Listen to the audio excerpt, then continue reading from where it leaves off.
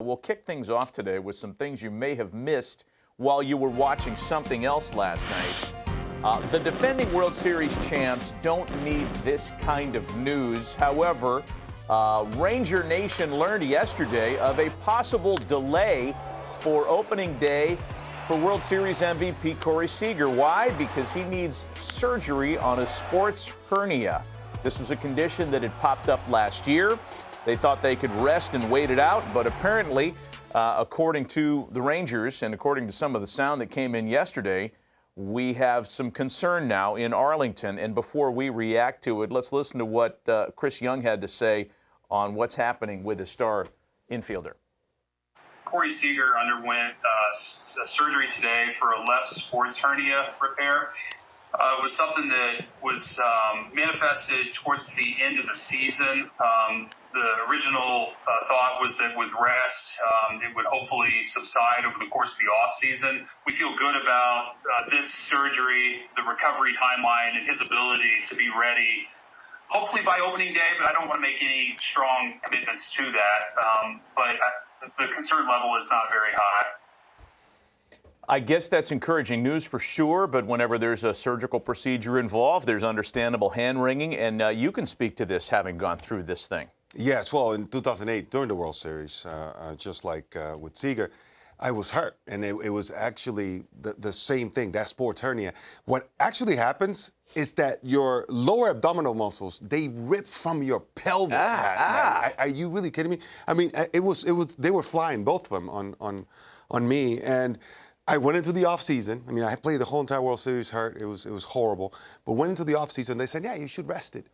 But I'll tell you what, even just walking, it would bug me. And I said, guys, I need to take care of this. So I was more aggressive than Seager was and got the surgery in the offseason, and I was fine maybe mid-spring training. So I'm surprised they waited this long because for what I hear, the guys that have had this injury, it's something that rest, it's risky to go that route. You get the surgery and you get it done with, it's a better way to go. So he should be fine. You know, I do agree with what we hear that there's not a lot of concern because he should recover fully. Yeah, I mean, I think you can try to rest on some of those things, or you could be proactive and have the surgery, which he has had. And there are some other injury questions for the Rangers. Oh, man, this is terrible news. It's terrible. Yes, Harold, but, I mean, there is optimism that all these guys are going to return, and for some, maybe a little longer, like Max Scherzer. There are, of course, Harold, other means to heal. They take your blood, spin it, shoot it back into the injury. Right, take your blood, spin it, shoot it back into the injury. And I think all these guys probably consulted Harold before they had their procedures,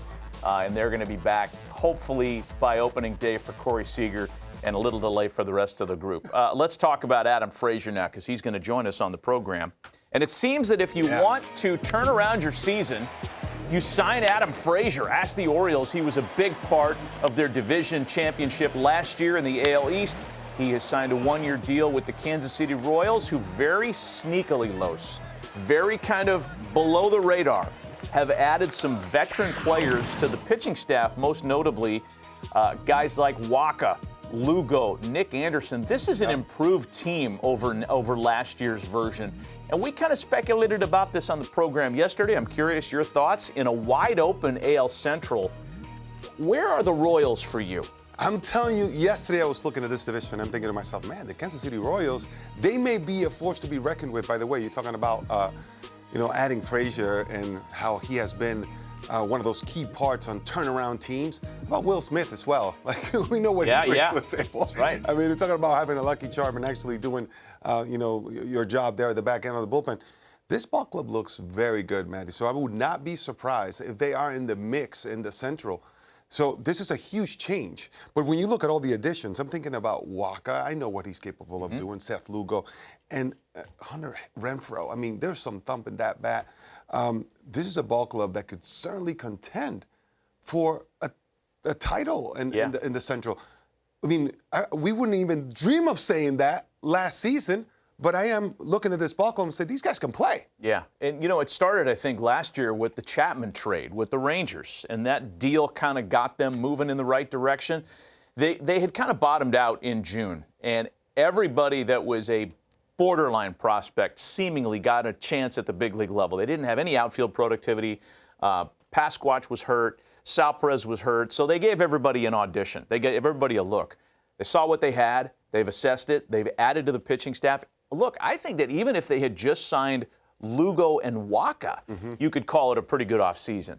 Turns out that they signed more veteran players, and I'm excited about Kansas City this year. I'd like them to be resurgent. You know, looking at Bobby Witt Jr. as well, like I know that he had a very nice season last year, but we have not obviously seen the best of him yet. You know, looking forward for him just taking that extra step, you know, getting to that next level.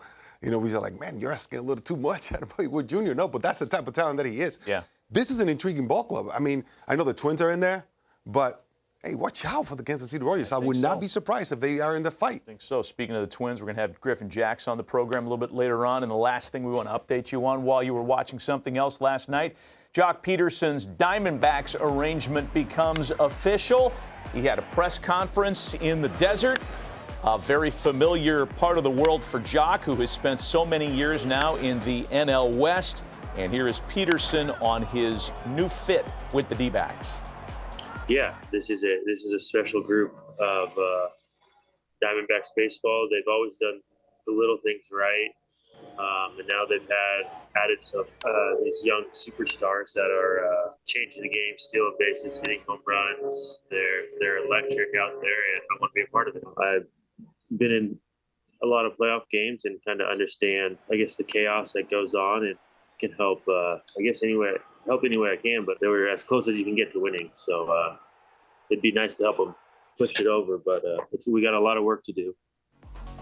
We got that full screen, Bill? We got it, Harold. We got it right here. Jock Peterson, 10 big league seasons, of course, began it with the Dodgers. He's a two-time All-Star, a two-time World Series champ. We know that when this guy gets hot, and we've seen it in World Series in the past, Los, with the Braves and with the Dodgers, when he gets hot, he can carry the load.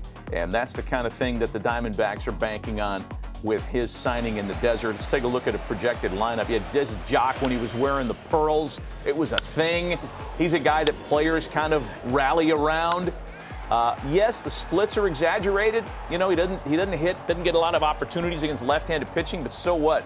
They have established some really good balance in Arizona now with imports like Eugenio Suarez coming over. It's a whole different feeling lineup than the one that went to the World Series last year. Yeah, when I was looking 1 through 9 right here, and we were just commenting a little bit earlier behind the scenes. This is a lineup that can score a lot of runs.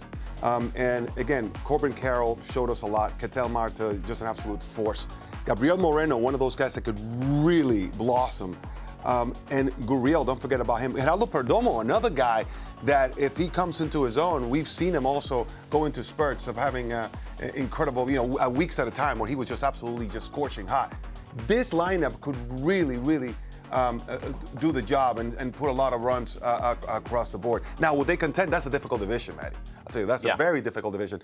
But they do have the tools. It just everyone needs to play up to their potential. Yeah, for sure. I'm liking what the Diamondbacks put together, too. What about the odds, according to BetMGM? Dodgers are, of course, the chalk. I mean, you're not going to lay minus 400, even though they likely are to win the division. But you get plus 800 on Arizona. If something goes wrong in L.A., I think we'd all agree that Arizona is probably your next best chance to win a division title. Padres have kind of retooled the roster. Giants and then the Rockies make out the rest of the pack in the NL West.